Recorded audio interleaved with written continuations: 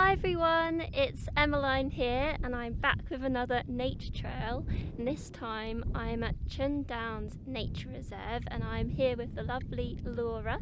If you could give us a little introduction to yourself, Laura. Hello, my name's Laura Ratcliff-Warren. I'm the Ancient Penwith Officer for the Penwith Landscape Partnership and I'm an archaeologist. So I've come here with Emmeline today to point out what's old. This reserve is part of the Penwith landscape, so it's makes up about 25% of heathland in Cornwall, so it's really interesting, and as you were saying, a lot of kind of historical things here, like the amount of history here is huge. Immense. Yeah. I mean, everything you see here, this lovely habitat as it is now, is the result of about 4,000 years worth of people tinkering about in West Penwith. And it's all still here to see. So. We've got some traces of Neolithic settlements, and Iron Age hill forts and things, and roundhouses. So really looking forward to seeing what we can find. Talk about some history along the way as well. But so let's just go see what we can find. Let's see what we can find.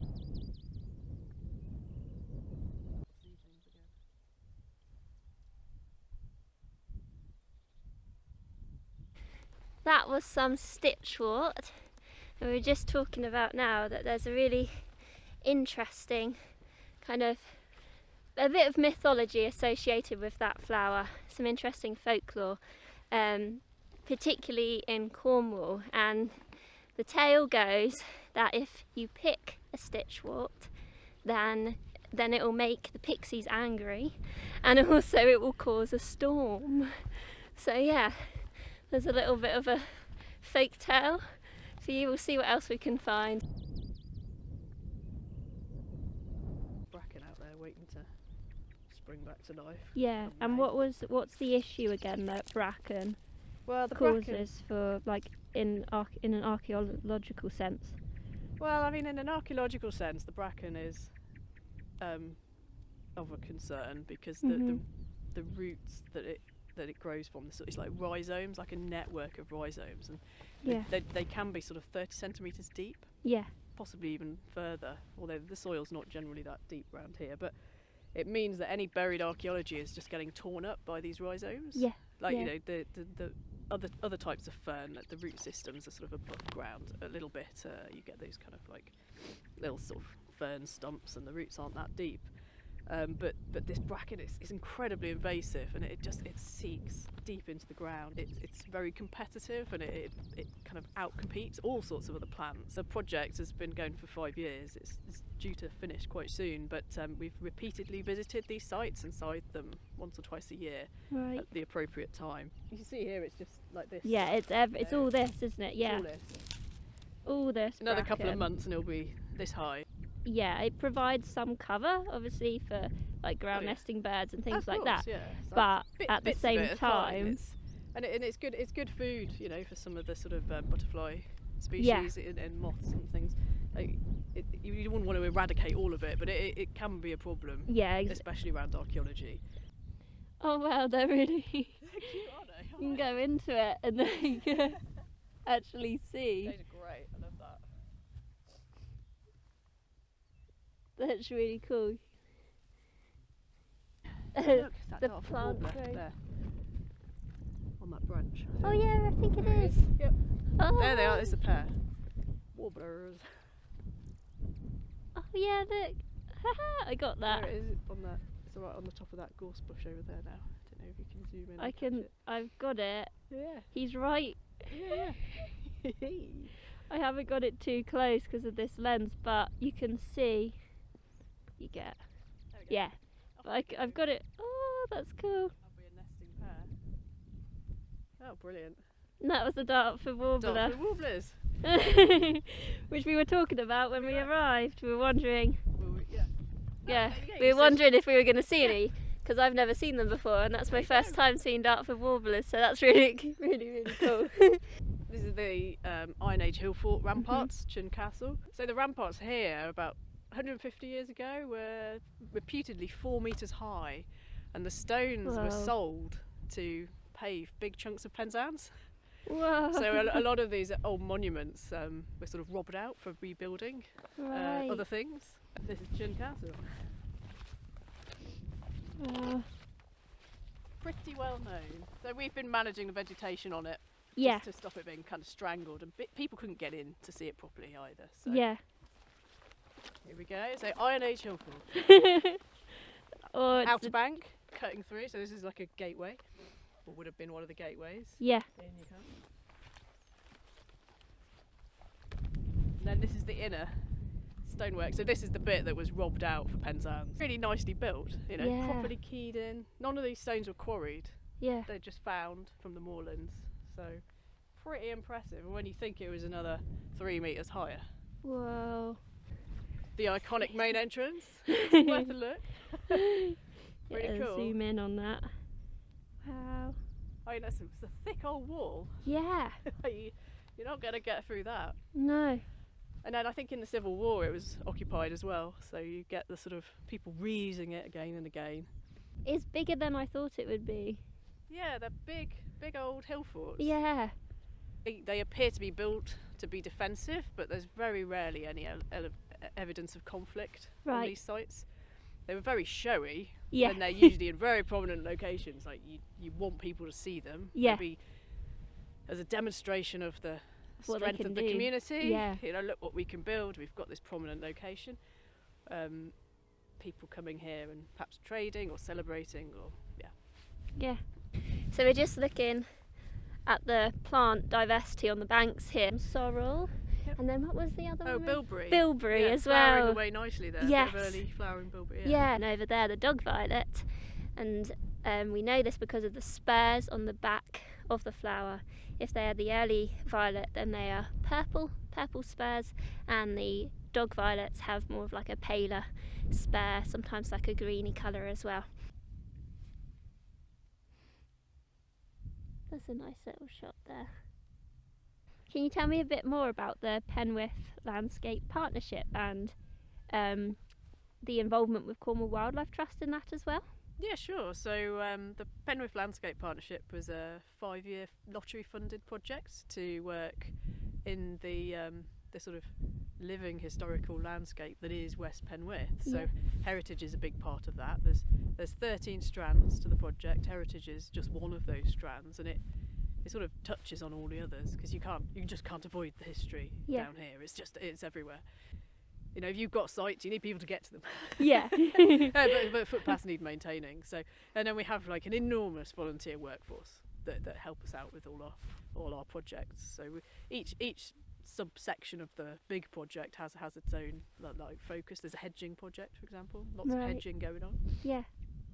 They working quite closely with the sort of Rural Crafts Association to sort of get rural skills and hedging and stuff. Woven through all of that is there's the landscape, and then Cornwall Wildlife Trust are one of the partners for the project, and they manage they're the sort of lead partner, if you like. So they sort of manage the staffing and admin, and of course we also work with them because they have big chunks of land in the landscape, and you know you can't avoid wildlife and nature when you're working in a landscape project. And, it's a pleasure to work with them, really, and get access, although anyone can access these reserves, but get to know them a little bit more closely.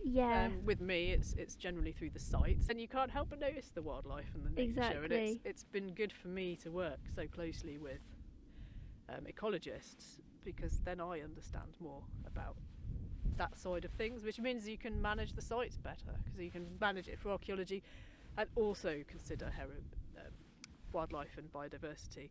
And then it's a double win then. Exactly. So, and as we were saying, you start to see the connections between all of it. Of course. I mean, you can't, like, the one thing that's become hugely obvious over the course of the project, although you all sort of know it to start off with, but you can't just do one thing without it connecting to everything else. We've seen a lot of things for the first time today. So obviously I saw the Dartford warbler for the first time earlier, and we just spotted the first swallow of the year. I didn't manage to catch it on camera, but it was the first one, so that's that true sign of spring. I'd heard they were here down at Sennan a couple of weeks ago, but not seen one yet. So that was really, really nice. And then obviously with the bilberries, you've seen them lots. I haven't actually spotted them before, funnily enough, which I've probably walked straight past them. But yeah, so that was really exciting because they're the native blueberry. So yeah, it's a day of spotting things for the first time today. Lots already at the reserve, and we haven't even been here that long. And this is, as we say, Neolithic. It's a Neolithic quoit, or chambered tube. Right, okay, so that's the definition for it. Right. Yeah, the Cornish term is cromlech. Yeah, so you sort of have to imagine that this would have been inside a huge mound of possibly stone-faced earth. It's a lovely one. Yeah, it's just it's here. Sorry. It is, yeah, it's right there. You can't really miss it, except when it's foggy, as it often is up here. You go, where's the quoit? And then you bump into it. You go, oh, I'm still here. Still here. I just it's just so old, and it's just there, and it's just fine, just there. That's And then people have respected that. As far as we know, this one hasn't been messed around with. Yeah. Some of them have been really kind of re-erected. taken apart, put back together again. Yeah. So some of the stone circles that's happened with them as well, isn't it? Where it's like they've been moved and then. Yeah, the stones fall over, they get re-erected. Yeah. Sometimes slightly different places. It's hard to tell unless you excavate the whole area and piece together what's happened. Yeah. And by doing that, you then sort of destroy it. Yeah. Which isn't obviously what you want to do as an archaeologist. You're trying to stop things being destroyed on the whole. Yeah. This one's got a fantastic coating of lichen all over it. So yeah, we were saying about that earlier. Get yourself up to Chun. I mean, the castle is covered in it, but this quoit is as well. Yeah, because lichen as well is a fantastic air quality indicator. So the more lichen there is, that's a good sign. Basically, it means the air quality is in good health. These little discreet ones that we're finding, I've been finding quite a lot of them. There is possibly another one up there. I don't want to go, and there's perhaps another one there. They look deliberate. They're deliberate. They have a clear edge. They're circular. They're not kind of following the contour of the weathering on the granite. Yeah. They're 4,000 plus years old. They're going to have weathered. They're not going to look like they were looking when they were made. But yeah, they're so mysterious. They're everywhere. We just keep finding them. People have never really been looking for them, but I started looking for them with my volunteers, and wow. Loads. Keep your eyes peeled, folks. Yeah. They're out there. Cut marks, waiting to get you. And then once you start spotting them, you'll never be able to You won't stop seeing them. Yeah. And if you can't see them, like, you can quite often feel that the granite is sort of slightly different. Yeah. Oh, it smells so nice. We've just found some of the start of some chamomile, just the leaves, the early leaves. Kind of sprouting up through the earth, and it smells so nice. So yeah, this is the thing. We must look rather strange from a distance because we've been stroking the granite looking for cut marks, ancient cut marks, and now we're smelling the ground, which from a distance we must look a bit strange, but luckily, not too many people about. Yeah, so it's good, and it smells so nice. Chamomile, I love the smell of chamomile anyway, and for so long, for centuries, it's been associated with calm, just bringing that sense of calm. I mean, chamomile tea, for example, the smell is a calming smell, isn't it? So, and a really good way to identify it as well, before the flowers come out, is by the smell of the leaves. That's it for today. I hope you enjoyed this nature trail. Thank you, Laura, for showing me around, and it's been good fun. Yeah, telling me all about this wonderful history around the reserve as well. It's been so interesting. So I hope you enjoyed it, and as usual, stay safe on your wild walks, and I'll be back again with another nature trail soon. Bye.